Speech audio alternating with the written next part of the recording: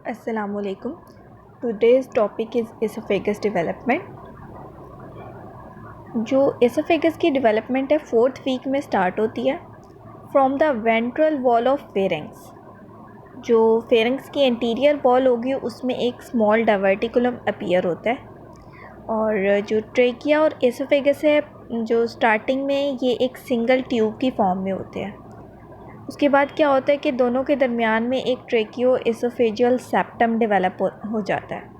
वो सेप्टम क्या करता है, दोनों को अलग अलग कर देता है।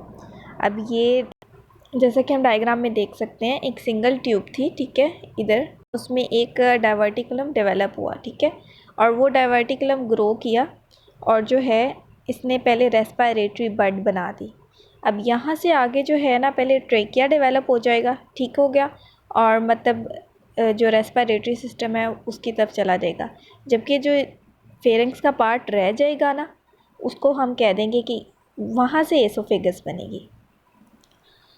अब जो फेरेंक्स है वो डिवाइड हो जाएगा वेंट्रल और डोर्सल पोर्शन में। जो वेंट्रल पोर्शन है वो रेस्पिरेटरी प्राइमोडियम बना देगा, जबकि जो डोर्सल पोर्शन है ये वाला, जो ये इस साइड वाला पोर्शन है, इससे एसोफेगस बन जाएगी। अब जो इसकी डेवलपमेंट है उसको हम इस तरह से 4 पार्ट्स में डिवाइड करते हैं। सबसे पहले पार्टीशनिंग होगी। पार्टीशनिंग कैसे होती है, पहले मैंने अभी बताया कि ट्रेकिया और एसोफेगस एक सिंगल ट्यूब की फॉर्म में होते हैं। फिर जब इनके दरमियान एक सेप्टम डेवलप हो जाएगा तो उसके बाद जो हैं वो दोनों अलग अलग हो जाएंगे। दूसरा प्रोसेस है कि इनकी इलोंगेशन होगी।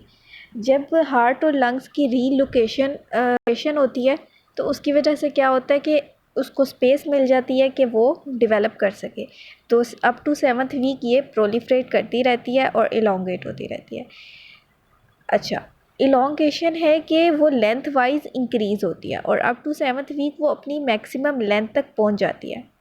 उसके बाद होती है प्रोलिफ्रेशन। अब प्रोलिफ्रेशन क्या है कि जो सेल्स होते हैं, जो एपिथेलियम है, जाती है, डिवाइड करती जाती है, और जो सेंटर में जो कैनाल बची हुई थी उसको ल्यूमेन को फिल कर देती है, ठीक है, इसको बोलते हैं प्रोलिफ्रेशन। प्रोलिफ्रेशन के बाद होती है रिकनालाइजेशन, जिसकी जो पहले ल्यूमेन ख़त्म हो गया था ड्यू टू प्रोलिफ्रेशन, उसकी अंदर दोबारा जो है कैनाल बनेगी, वो होती है रिकनालाइजेशन, और वो ख़त्म होती है at the end of 8th week. अच्छा, इस डायग्राम में अगर हम देखें कि पहले देखें ये दोनों जो है आपस में इनके अंदर कनेक्शन है, दोनों अलग अलग नहीं है। अगर हम अर्ली 5th वीक में देखें तो ये इन दोनों के दरमियान जो है एक सेप्टम डेवलप हो गया जिसे ट्रेकियो एसोफेजियल सेप्टम कहते हैं। और लेट 5th वीक में क्या होता है, ये देखिए प्रॉपरली उनकी जो है सेपरेशन हो गई है, ठीक हो गया। अच्छा, इस तरह से जब जो एपिथेलियम और ग्लैंड है वो एंडोडर्म से डेवलप हो जाएंगे। जब एपिथेलियम और ग्लैंड डेवलप हो चुकी होगी उसके बाद होगी मसल डेवलपमेंट। मसल डेवलपमेंट, अब जो हमारे पास एसोफेगस होती है, एसोफेगस के अंदर 2 तरह के मसल्स होते हैं, स्मूथ मसल और स्केलेटल मसल। जो स्केलेटल या स्ट्राइएटेड मसल होते हैं वो बनते हैं mesenchyme of 4th and 6th pharyngeal arch से, जबकि जो स्मूथ मसल्स होते हैं वो स्प्लैंक्निक मीजेनकाइम से बनते हैं। आपको पता है कि सारे के सारे मसल्स जो हैं वो हमेशा मीजेनकाइम से ही डेवलप होते हैं, जिसको मीजोडर्म भी बोलते हैं।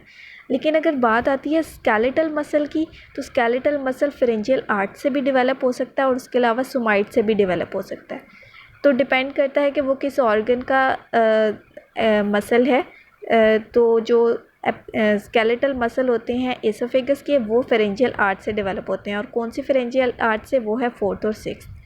जबकि जो स्मूथ मसल हैं वो तो हमेशा स्प्लैंक्निक मीजेनकाइम से ही डेवलप होते हैं। इसके 2 ही मेजर क्लिनिकल्स हैं, एक है एसोफेजियल एट्रेजिया है, दूसरा एसोफेजियल स्टेनोसिस है। जहाँ भी एट्रेजिया का वर्ड आ जाएगा इसका मतलब है ब्लॉकेज, जहाँ भी स्टेनोसिस का वर्ड आ जाएगा इसका मतलब है नैरो हो जाना किसी चीज़ का, कोई भी ट्यूब है वो नैरो हो गई है। अब एसोफेजियल एट्रेजिया देखें तो इसकी कोई भी कॉज हो सकती है, जैसा कि अगर एसोफेजियल जो ट्रेकियो एसोफेजियल सेप्टम होता है वो पोस्टीरियर डायरेक्शन में बन गया। अब अगर वो सीधा बनने की बजाय टेढ़ा बन जाए तो उसकी वजह से क्या होगा, जो पाथ है वो ब्लॉक हो जाएगा, जिसकी वजह से क्या हो जाएगा, एसोफेजियल एट्रेजिया हो जाएगा। उसके अलावा जो दूसरी कॉज है एसोफेजियल एट्रेजिया की, वही है कि जो एसोफेगस और लेरेंजियोट्रेकियल ट्यूब है उसकी सेपरेशन नहीं हो सकी। जो तीसरी कॉज है वो ये है कि जब रिकनालाइजेशन हो रही थी 8th वीक ऑफ डेवलपमेंट में, तो वो प्रॉपरली नहीं हुई, उसकी वजह से जो एसोफेजियल कनाल है वो डेवलप नहीं हो सकी। अब अगर एसोफेजियल एट्रेजिया हो जाए तो उसके इफ़ेक्ट्स क्या होते हैं। सबसे पहले पॉलीहाइड्रोमनियास हो जाता है। पॉलीहाइड्रोमनियास मीन के उसका जो एमनियोटिक फ्लूइड है उसकी जो अमाउंट है वो इंक्रीज़ हो जाती है। उसके अलावा एक्सेस ड्रूलिंग होती है। इसकी कॉज ये होती है कि जब जो नॉर्मल बेबीज़ होते हैं उनके अंदर क्या होता है कि आपका जो सलाइवा होता है एक्सेस, वो एसोफेगस के ज़रिए जो है स्टमक में चला जाता है, ठीक है। लेकिन जब एसोफेगस से स्टमक के अंदर जो पाथ है वो ही अगर बीच से कट ऑफ हो गया, पाथवे कट ऑफ हो गया, तो उसकी वजह से जो एसोफेगस से वो स्टमक में जाने की बजाय बाहर की तरफ आएगा, ठीक है। उसके अलावा जब बेबी को फ़ीड करेंगे तो वो ओरल फीडिंग को रिजेक्ट कर देगा, बल्कि उसके साथ कफ़िंग स्टार्ट हो जाएगी और रिगर्गिटेशन होगी। उसके अलावा सीवियस एनोमलीज़ हो जाती हैं और जो बर्थ वेट होता है वो भी बहुत कम होता है। इसकी वजह से यूजुअली ये बेबी सर्वाइव नहीं कर पाते और 1% चांस होता है कि वो सर्वाइव कर सकें, वरना यूजुअली डेथ हो जाती है। दूसरी जो इम्पॉर्टेंट डिज़ीज़ है वो है एसोफेगस स्टेनोसिस। स्टेनोसिस मीन के वो जो एसोफेगस की जो ल्यूमेन है वो बहुत नैरो है। तो इसकी दो रीज़न्स लिखी हुई हैं, एक इनकम्प्लीट रिकनालाइजेशन होती है, दूसरी इम्प्रॉपर ब्लड सप्लाई।